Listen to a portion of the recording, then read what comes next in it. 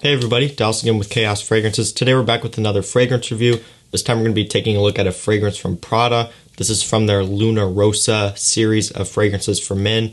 This one is called Prada Luna Rossa Carbon. So in this review I'm going to go ahead and tell you how this smells, how it performs, when you can wear it, and things like that. So if that sounds interesting to you, let's go and get started. So a lot of times you'll hear Carbon get compared to this fragrance right here, Dior Sauvage.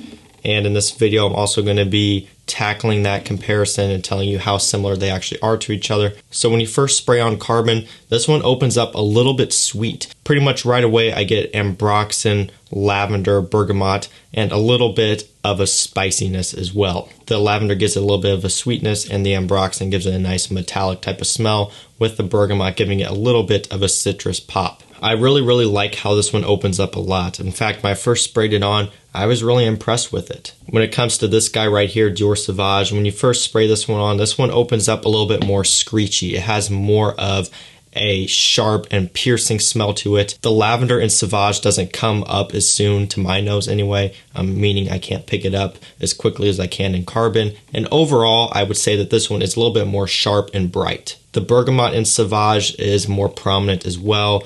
The ambroxan, of course, is extremely prominent. This one overall is just a little bit more sharp.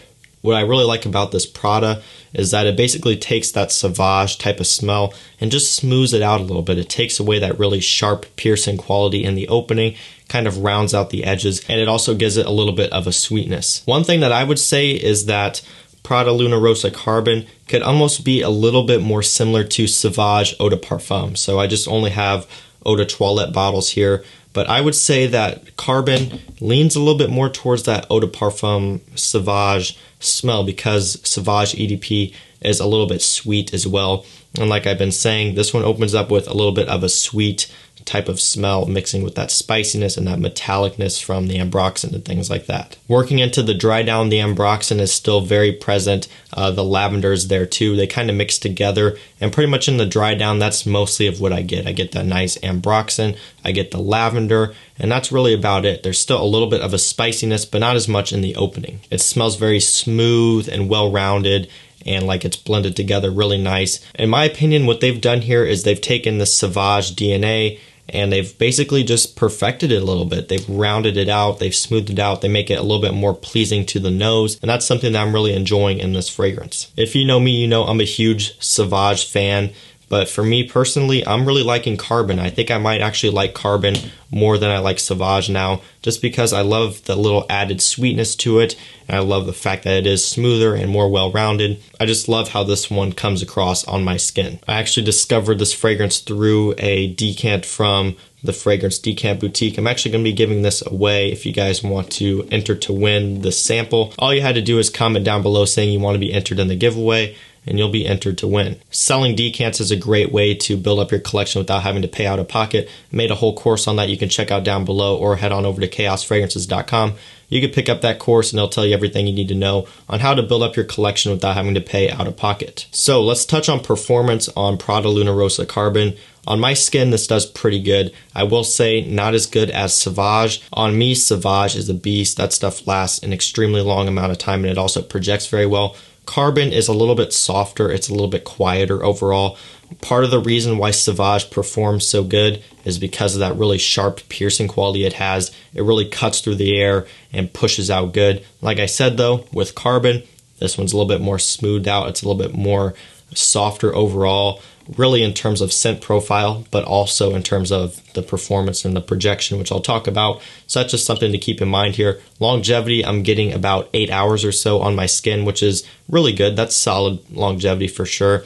Projection, it pushes out about moderately, not as much as Sauvage, but it's not awful either. Really, performance on this is about standard. This is about what I would look for in a fragrance. Like I said, about 8 hours, sometimes a little bit less, just kind of depending on the conditions, but it does perform really good, projects solidly as well. So I really have no complaints there. It's not in the territory of Sauvage, but again, that's kind of what you would expect. One thing I also want to mention is the fact that this doesn't really smell as synthetic as Sauvage does. So that's one of the main gripes when it comes to Dior Sauvage right here, is the fact that it is synthetic. You hear that tossed around all the time, people saying, oh, I hate that fragrance because it's synthetic and blah, blah, blah, and generic and whatever the case may be. Out of all of the different things people are hating on about Sauvage, pretty much the number one thing is the fact that it is synthetic, or it comes across synthetic. With Carbon, this one really doesn't come across as sharp and synthetic as Sauvage does. And again, that's another plus side. It is still that generic type of DNA,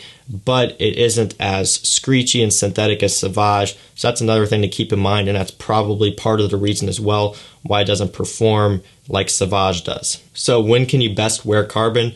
Just like Sauvage, you can wear this thing any time of the year for pretty much any occasion at all, any situation you can think of, you can wear this stuff. More suited for the spring and summer and even into fall, I would say.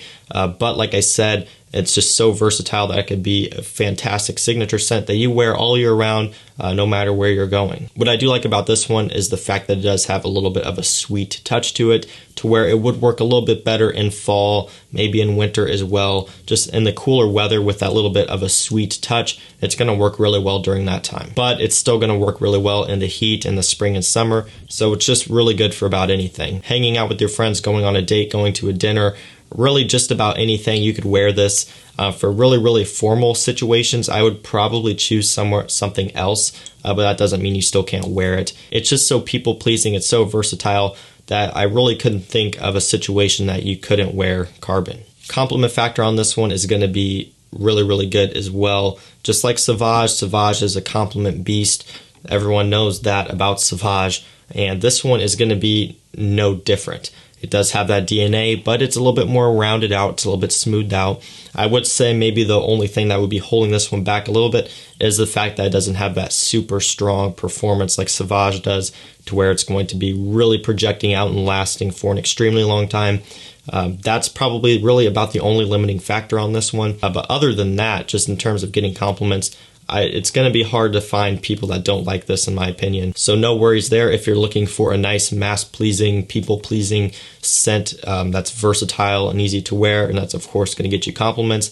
This one's going to do that for you. In terms of whether or not you should pick this or Sauvage if you're going for compliments, that's really going to be up to you, I would say. Like I said, they're both going to do the job really well. At that point, if you haven't smelled either of them, it's probably best to just get samples of both of them, compare them, and whichever one you like better, go with that one. So touching on price point on Carbon, you can get these bottles anywhere from about $60 to $70 for a 100 ml bottle. I picked mine up for, I believe it was like $62, $64 somewhere off of eBay from a trusted seller, and that's a really, really good price. Definitely cheaper than Sauvage in most cases. Sauvage isn't found at discounters all that often, and when it is, it's usually not really discounted at all, maybe by a little bit. But really, when it comes to just Dior products in general, a lot of times you're best off just going straight retail, unless you can find, a good seller like on Facebook who has them for cheaper than what they're going for retail, because a lot of times on discounters, they aren't going to be that cheap. So in terms of price, Carbon is cheaper than Sauvage. And when it comes down to it, which one should you buy in terms of that? Like I said earlier, smell them both and make that decision yourself. By the time you get down to it, the price difference isn't going to be a crazy amount. So really, it's going to be up to you. Whichever one you like the smell of better, go with that one. For me personally, I'm really enjoying Carbon a lot. Love how it's smoothed out. Love how it has a little bit of a sweet factor to it. It's just really, really well done. And I'm glad I ended up picking this one up. I put this one off for the longest time because I'm such a fan of Sauvage. And eventually I figured I'd just go ahead and try this one.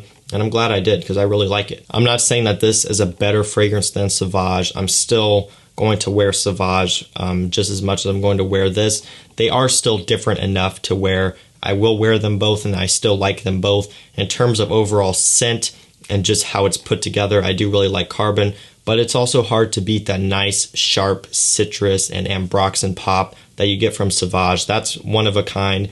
That is not here in Carbon. Carbon doesn't have that really bright citrus pop and that sharpness.